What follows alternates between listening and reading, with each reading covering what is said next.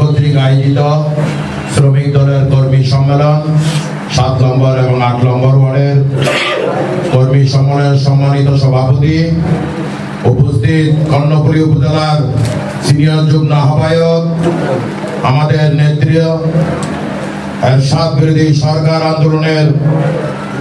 আন্দোলনের নেতৃত্ব দানকারী সাবেক ছাত্র নেতা, কর্ণফুলী উপজেলার সিনিয়র যুগ্ম আহ্বায়ক, জুলদা ইউনিয়নের কৃতি সন্তান, আমাদের অভিভাবক শ্রদ্ধাভাজন আব্দুল কাদের সুজন ভাই, উপস্থিত আছেন কারা নির্যাতিত নেতা, একসাথে কারা ভোগ করা আমার সেই ভাই কর্ণফুলী উপজেলা শ্রমিক দলের সম্মানিত সভাপতি আঙ্কুর ভাই, উপস্থিত আছেন সাধারণ সম্পাদক মনির ভাই, উপস্থিত আছেন আমার সম্মানিত সহযোদ্ধা জুলদা ইউনিয়নের সম্মানিত সভাপতি কাজী মঈনুদ্দিন টিপু, উপস্থিত আছেন আমার সংগ্রামী সহযোদ্ধা সাংগঠনিক সম্পাদক ওয়াসিম সওদাগর, উপস্থিত আছেন আমার সহযোদ্ধা রাজপথের সৈনিক আব্দুল নূর মেম্বার ভাই।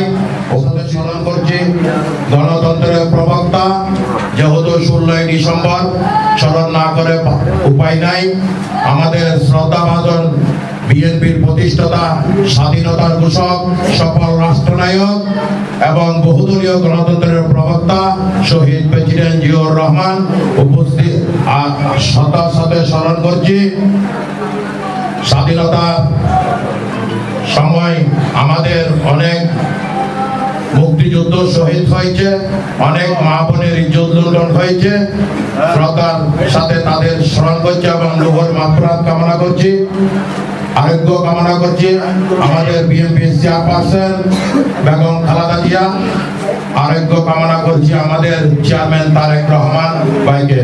আমি সর্বপ্রথমে আমাদের করিম ভাই একটি অভিযোগ করেছে, আমি আমার সম্মানিত সভাপতি জনাব কাজী মঈনুদ্দিন টিপুর দৃষ্টি আকর্ষণ করছি, ওনার যে একটা বাজারের সমস্যা হয়েছে এটা সমাধান করার জন্য। আমরা দীর্ঘ অনেক বছর নির্যাতিত হয়েছি, যার কোনো অবকাশ আজকে এখানে বলার মতো নেই। আমরা আজকে অনেকবার আমরা 7 নম্বর 8 নম্বর ওয়ার্ডে এসেছি ওয়ার্ড কমিটি গঠন করার জন্য। দুঃখের বিষয় আজকে আমি একদিকে আনন্দিত, একদিকে অনেক ব্যথিত, কারণ তখন ঠিক সময়ে আমাদেরকে নির্যাতন করা হয়েছিল, আমাদের মোবাইল কেড়ে নেওয়া হয়েছিল, আমাদেরকে এখানে বসতে দেয় নাই, উঠতে দেয় নাই বাজারে, এগুলো আপনাদের অবশ্যই স্মরণ আছে।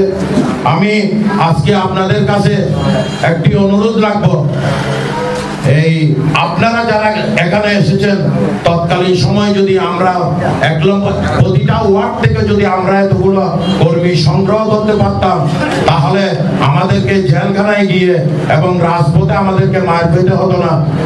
শেখ হাসিনার সরকার অনেক আগেই পালিয়ে যেত। কিন্তু আমি আমাদের সাংগঠনিক যে 17 বছরের আমাদের যে দুঃখ কষ্ট, যে ব্যর্থতা, আজকে আমি সেটা আপনাদের কাছে একটু তুলে ধরতে চাই। সংক্ষিপ্ত আপনারা যারা আজকে আমাদের শ্রমিক কর্মী সম্মেলনে এসেছেন, আমরা আজকে এই যে স্বৈরাচারী সরকার আজকে দেশ থেকে পালিয়ে যাওয়ার কারণে আমরা যে একটা স্বাধীনভাবে চলাফেরা করতে পেরেছি, আমাদের আন্দোলন সংগ্রাম এবং কর্মী সমাজ যেগুলা ত্বরান্বিত করতে পেরেছি, আপনারা যারা আজকে এসেছেন, আমাদের আগামীতে আমাদের শহীদ জিয়ার যে দল, বাংলাদেশ জাতীয়তাবাদী দল, তারেক জিয়ার দল, বেগম জিয়ার দল, এই দল থেকে যেন আপনারা আমাদের দুঃসময়ে যেটা আপনারা আমাদের ছেড়ে না যান, আপনারা হাত তুলে ওয়াদা করেন। ইনশাআল্লাহ অনেক খুশি। আল্লাহ আপনাদেরকে মঙ্গল কামনা করুন। আমি বক্তব্য দীর্ঘায়িত করতে চাই না।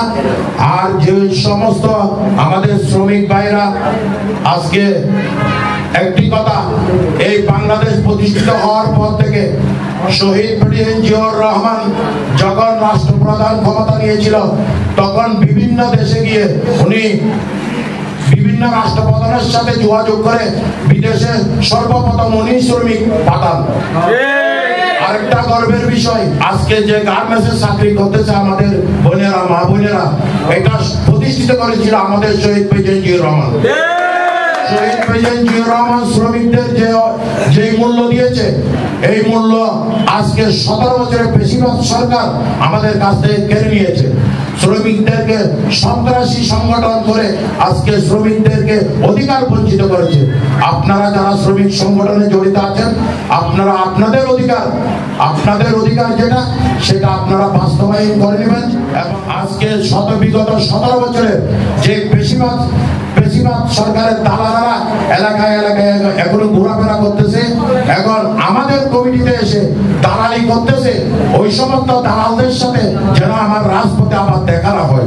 ওই না হওয়ার পথে যেন আমার সাথে ওই দালালদের দেখা না হয়, ওইটা আপনারা সতর্ক থাকবেন। কোন দালাল, যাদের চিহ্নিত দালাল, এই দালালরা যেন সমাজের যে কোনো ক্ষেত্রে নেতৃত্ব দিতে না পারে, এটা আপনারা যে কোনো অঙ্গ সংগঠন আপনারা এটা সতর্ক অবস্থায় থাকবেন।